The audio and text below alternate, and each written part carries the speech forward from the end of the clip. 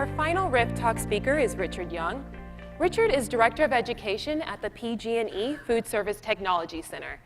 Trained as an electrical engineer, Richard started his career in alternative energy, changing from energy generation to energy efficiency when he joined the FSTC research team 29 years ago.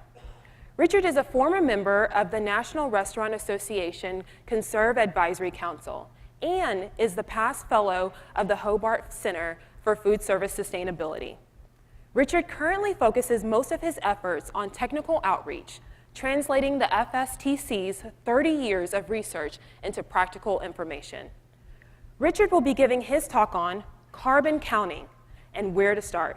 Please join me in welcoming Richard Young. You're awesome. Good morning, everybody. How are you? Everybody's kind of on the left side here, which is good because I'm left-handed. Are you just close so you can exit if you can get out? This guy's shaking his head, yes. First off, thanks to Debbie and RFMA for having me. I got to tell you, it's a tremendous honor to be here. And thanks to you guys for giving me 8 minutes of your life. I promise it will be worth it. So let's start off with a scary slide here. Whoops. There's a scary slide. Carbon! Ah! Is it good? Is it bad? Is it left? Is it right? I don't know. What I can tell you absolutely is that carbon management will be a part of your future, okay? Your companies will be trading in it. They'll be buying RECs. They'll be cutting it out of your energy mix. So we might as well talk shop for a few minutes and kind of figure out how to deal with this stuff. And I can tell you, I think it's going to be pretty painless, okay? And that's where I want to go. So first stop on our carbon journey is 2030. Ooh, 2030 is not a long way. That's just a few years away. And that's when California is going to require all new commercial buildings to be zero net energy. Okay, that's really soon. And you may be saying, oh, and then what will happen, of course, is California does it and the rest of the United States will follow. And you may be saying, I don't know, Richard, I don't think that's going to happen. Anybody who looks at the sustainability news out there, I can tell you that the major corporations are already well on this path. Just look around, they're already getting to near zero net energy or zero carbon. So this is important stuff. Now here's the big issue for us in the room. Food service, commercial food service is extremely energy intensive. So it's going to be hard for us to make this zero net energy goal. I think we may be looking at zero net carbon. So we'll talk a little bit about that, okay? I think that may be our real target. So let's kick this off with 3 simple questions. And the 3 simple questions are, what are the biggest contributors to the carbon footprint of your building? That's where you want to start. How can you start calculating carbon numbers, right, so we can make some business decisions here? And what's the most likely pathway for getting to that zero carbon restaurant, which I think is probably your future? So let's start looking at some of the biggest contributors because you really want to put a target on this thing first. So this is a project we've been working on that is a true zero net energy building. They have a very limited budget. They came to us and said, help us out. And as we looked, we realized that the process loads, which is that factory part of commercial food service, is about 80% of the energy in that building, and that's kind of what you would expect. So then when you go into the cooking side and you start to boil that down, you say, where's the big carbon generation in the cooking side? And it turns out to be about 5 different appliances, 4 major appliances in the dish machine. So now we really know where to start, right? If we start replacing those appliances with more efficient appliances, then we're automatically cutting carbon. Of course, we get a better performing kitchen.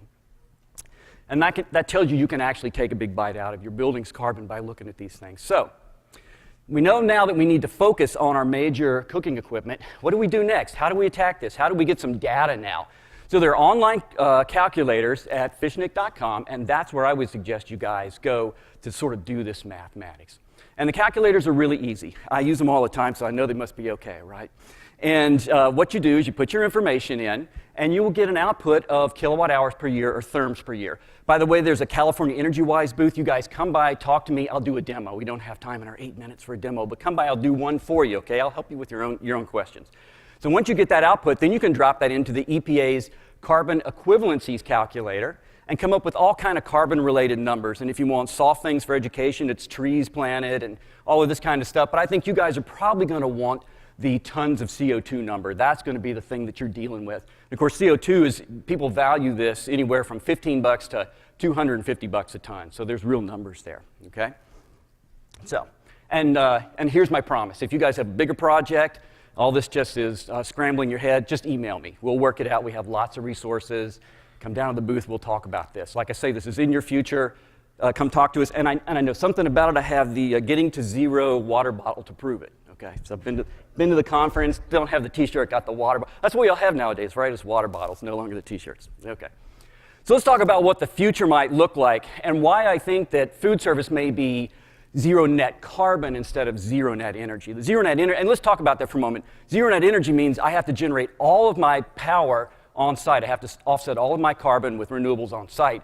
Zero net carbon means that I'm offsetting all my carbon, but that could be on site or I could buy renewable energy credits, okay, which is on site or off site. Does that make sense to everybody? So here's why I think that zero net energy might be tough. A few years ago, we worked with McDonald's, Rocky Mountain Institute, and the New Buildings Institute on a concept of what a zero net energy McDonald's might look like. And in the end, we found out you had to take an already existing building, cut the energy use by 60%, and then cover the entire site with 300 kilowatts of photovoltaics. This is the artist's rendering of that, right? There were PVs everywhere, and I just don't think that is necessarily practical. I think that's a little too much for anybody's site.